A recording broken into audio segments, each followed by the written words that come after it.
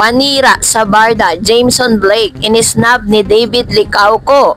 Abay, ano nga ba ang nakapaloob sa mga news na ito? But before that, if you haven't subscribed yet to my YouTube channel, please don't forget to like, share, and subscribe at hit mo na rin ang notification bell for more showbiz updates. Bago tayo, of course, magpatuloy sa ating updates for today's video, nais kong pasalamatan kayo for always watching and trusting this channel. Thank you so much sa inyong palagiang panonood at palagiang pagsubaybay sa mga updates po natin. Maraming salamat po. At ngayong araw, ang Kapuso Station ID para sa ika-75th anniversary ng GMA Network, abay inilabas na. So, sa pagdiriwang na makasaysayang ika-75th anniversary ngayong taon, inilunsad ng GMA Network ang Station ID na may temang Forever One with the Filipino, na taus-pusong nagpasalamat sa walang sawang pagsuporta at pagtitiwala ng mga kapuso. Muling nagsama-sama ang mga pinakamalalaki at pinakakilalang kapuso star at personality sa GMA Station ID na lahat ay nagkakaisa sa isang taus-pusong mensahe ng mga kapuso, maraming salamat. Mga kapuso, maraming salamat sa inyong pagmamahal, sa inyong walang sawang pagsuporta sa pagtitiwala. Patuloy nyo ibinibigay sa inyong matatamis na ngiti, sa mahigpit nyong yakap na damang-dama naming lahat at sa inyong pagtanggap sa amin sa inyong puso at tahanan. So mapapanood na po ang GMA Network 75th Anniversary Station ID sa kanilang official YouTube channel at GMA Network at Facebook page, at bisitahin nyo na rin ang www.gmanetwork.com. So, eto na, pag-usapan natin ang ilan sa mga nagba-viral na news patungkol dito kay David Licauco, ano? Dahil sinasabi po ng ilan na panira sa barda si Jameson Blake, kaya naman may pangi-snub na naganap itong si David Licauco. Hanggang ngayon kasi ay hot topic pa rin ng mga tsismosang kapitbahay ang pa-PDA or pa-holding hands while walking ni na Barbie Forteza at Jameson Blake sa idinaos na isang gala night. Kung saan talaga namang nagte-trending yan at pinag-uusapan pa rin. May mga nagmamahadera na nagsasabing nang gagamit umano ang duo lalo pat may pelikulang ipapalabas ang dalawa.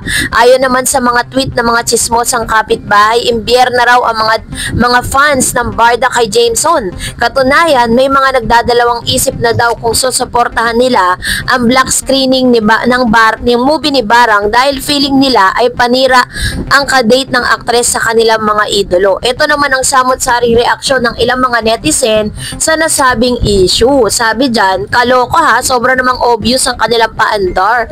Heard nga na maraming fans ang naiinis kay Jameson dahil panira siya sa barda. Ano naman ang big deal doon? Si David nga may jowa na, klaro naman from the start na love team partners o business partners lang sila, tina Barbie at David. Parang hindi galawang close friends yan, galawang promo kamo. Totoo ba na inisnab ni David sa Jameson sa gala? Naging out of place raw yung kapamilya actor. Bubuwagin na naman daw ang barda. Hindi na dapat maging issue ang pagsama ni Barbie sa iba. Prelude yan ang kanilang upcoming movie.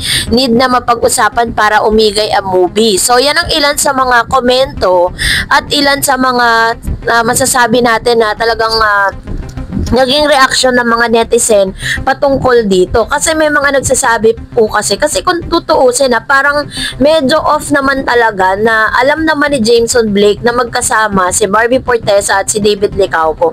Ba't kailangan niyang hilain itong si Barbie Forteza? Kung makikita ninyo sa mga videos, diba, parang si Barbie pa yung nag-a-adjust na kailangan ang bilis-bilis maglakad nitong si Jameson Blake, tapos si Barbie halos parang kinakaladkad niya na. Pero sa ibang video naman, nung wala na, nung na-check na itong si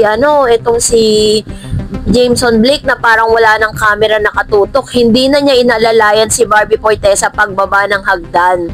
Nakakaloka, diba? So, ibig sabihin, talagang for the clout lang yan. Yan ay for the promo lang. No? Nakakaawa lang kalagayan ni Miss Barbie Forteza dahil talagang gamit na gamit siya eh. 'Di ba talagang grabe po yung grabe yung kailangang gawin nila para lang talagang yung kanilang tambalan ay mapag-usapan. Parang di naman ginawa ni David Licauco kay Miss Barbie Forteza yan para lang mapag-usapan sila. Naturally, lumabas na talaga na talagang may chemistry talaga si Barbie at si David at hindi nila kailangan ipangalandakan yun, diba? Kaya grabe tong si dapat lang talaga isnabi niya ni David. So anyways, narito naman ang ilan sa mga komento and reaction po ninyo patungkol naman sa ating latest updates. So unahin po natin si Miss Yet Howell Rebamba. Sabi niya, sa totoo lang Darren, same tayo nakakaawa si Barbie, pati si David, grabe, na din po ang babash akong mga nababasa. Di ko matikay, minsan nagre-react pa talaga ako. Basta sa barda pa rin ako, katulad mo, team panatag tayo. Which is true. Wala pong magbabago sa kung ano man yung pinaglalaban natin kay Barbie at kay Mr. David Licauco. Sabi ni Miss Citek, I love Barda at dahil mga artista sila, pwede talaga yan gawin para sa promo ng movie nila. Ang matindi kasi dito, siloso at silosa ang mga fans. Mas silosa pa sila kaysa kay David. Basta nung napanood ko ang vlog reaction nila kay JP Kwa, itong kay Darrets, tapos meron din pahapyaw yung glam team ni Barbie, sina Tony Aviles. Konkreto na yung faith ko sa Barda. Ngayon ko lang napipil na isa akong team panatag. God bless Barda and everybody. Ayan. So, dapat lang talaga pumanatag tayong lahat. Huwag tayo masyadong papa-apekto sa mga ganyang bagay kasi alam ko at kitang-kita kahit naman talaga sino, makakaramdam po kayo na pinopromo lang tayo nung dalawang yan. Sabi ni Miss Elinita Silva, thank you Miss Sarah sa paliwanag mo tungkol sa issue nitong si Barbie at Jameson. Wala naman talaga sila Si Barbie at David pa rin naman ang totoo. Madami na tayong napatunayan si Barda. Kaya ako, team panatag ako. Barda is real para sa akin. Ayan. So salamat Ma'am Shi Elinita Silva sa inyong komento. Dapat wag kang patitinag at talagang kailangan ipaglaban yan. Kailangan di tayo makisabay dun sa mga tumalikod na talagang binabash na si Barbie, diba? Sabi ni Miss Elizabeth Samala, may pelikula sila at may shooting habang HHW si BB at JB. Meron bang ganun? Naka-ready na yung camera. Kung totoo kayong fans ng Bardo or ni Barbie, di ninyo dapat husgahan, which is true. Marami pong mga nakakita at may mga video po tayo na parang nung wala na yung camera, hindi niya na inaalalayan, bumababa ng hagdan si Barbie. Nakakaawa si Barbie doon. Sabi ni Miss Emma Lopez, fame grabber yung guy. May fault din si Barbie. Nagpapagamit siya. Or is there something between them? Kaya ganun ang nakikita ng mga fans at showy sila Sabi ni Miss Cherisma, hello my GMA Artist School of Deserving Pairing. So kung may material si Barbie, ganyan lagi, mahiya naman ng mga closer acting materials per project. Hindi ganyan maging firm lady o yan, woman siya. Ayan. So, ito naman yung kanyang reaction patungkol sa isyong ito, no? So, sa issue ng pagiging fame grabber, ay exactly, agree with you, ma'am. Sabi ni Miss Honey G. Kasi, alam nila na hindi kikita ang movie nila ni Barbie at JB. At kay David naman ngayon din. Kaya, kailangan nilang gawin yan. Pero, hindi dapat kasi nasa gala sila. Nasa gila sila, dapat kahit paano next na lang sana sila mag-promote ng movie nila para sa mga ganyang kasweet noon. Ayan. So, ito naman yung kanyang komento with regards to this, which is true. Parang napaka-OA lang kasi talaga Dapat kasi ito si Barbie, umaalma rin siya. Hindi rin siya parang, diba? Kaya hindi rin natin masisisi din yung iba na parang nag-iisip sila, ba't pumapayag si Barbie, diba? Pero yun nga, katulad po na lagi natin sinasabi, that's part of their job. Soft launch po nilang dalawa yan. Ginagrab lang nila yung opportunity. Sabi ni Miss Himion Blanca Flor, yun din po yung point ko. Sabi ko, sinisira nila ang pangalan ni Barbie. Hindi kay Jameson kasi siya ang nakikinabang sa publicity. Lalaki siya, walang mawawala sa kanya. Pero yung kay Barbie, whole image, mababahira ng dumi sa mga kumakalat na video na magka-holding hands.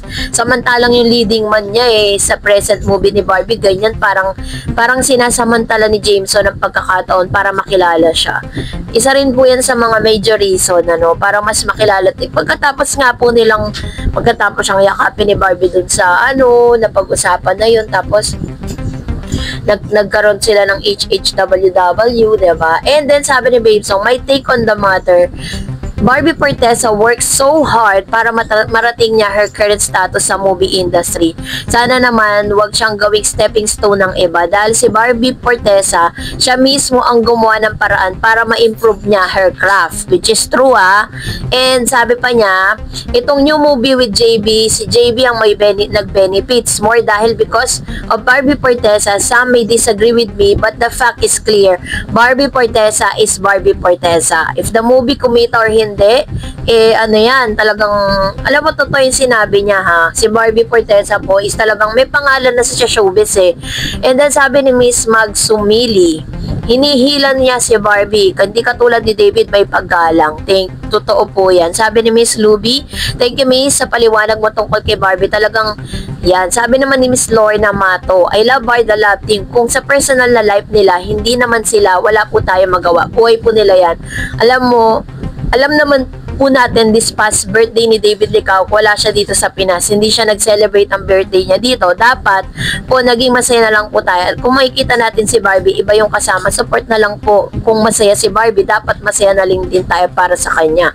Yan, iba naman yung kanyang comment, iba naman yung kanyang point of view with regards to this, So, yun po yung kanilang mga opinion. Let's respect one another's opinion. Sabi pa ni Miss Millet Tampol, showbiz is showbiz. Kailangan maging kalmado sa lahat na nakikita natin, lalo na kapag ang dalawang artista ay mayroong pelikula. I admire Barbie because she's helping as an actor to be a limelight for the sake of their movie.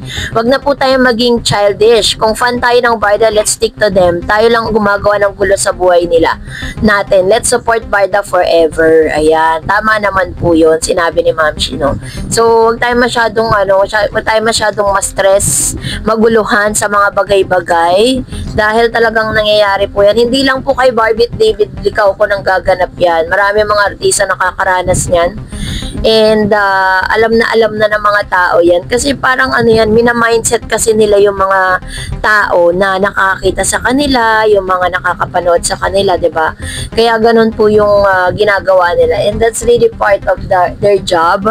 And part po yan ng kanilang upcoming na mga projects. Parang nire-ready, piniprepare nila yung mga sarili nila. And sabi ni Miss Ami, nakakairitak lang po Ma'am Darrels kasi po parang nakagamit si Barbie dito para lang kumita yung movie na ni James sa Netflix. Pero sa totoo lang po, madaming hindi sang-ayon sa ganitong strategy ng GMA, which is true. Marami po talagang hindi natuwa dun sa mga napanood po nila. And that's it for today. For more videos and updates, please don't forget to like and subscribe, and please don't forget to follow my Facebook page, Dar Eds TV. God bless everyone.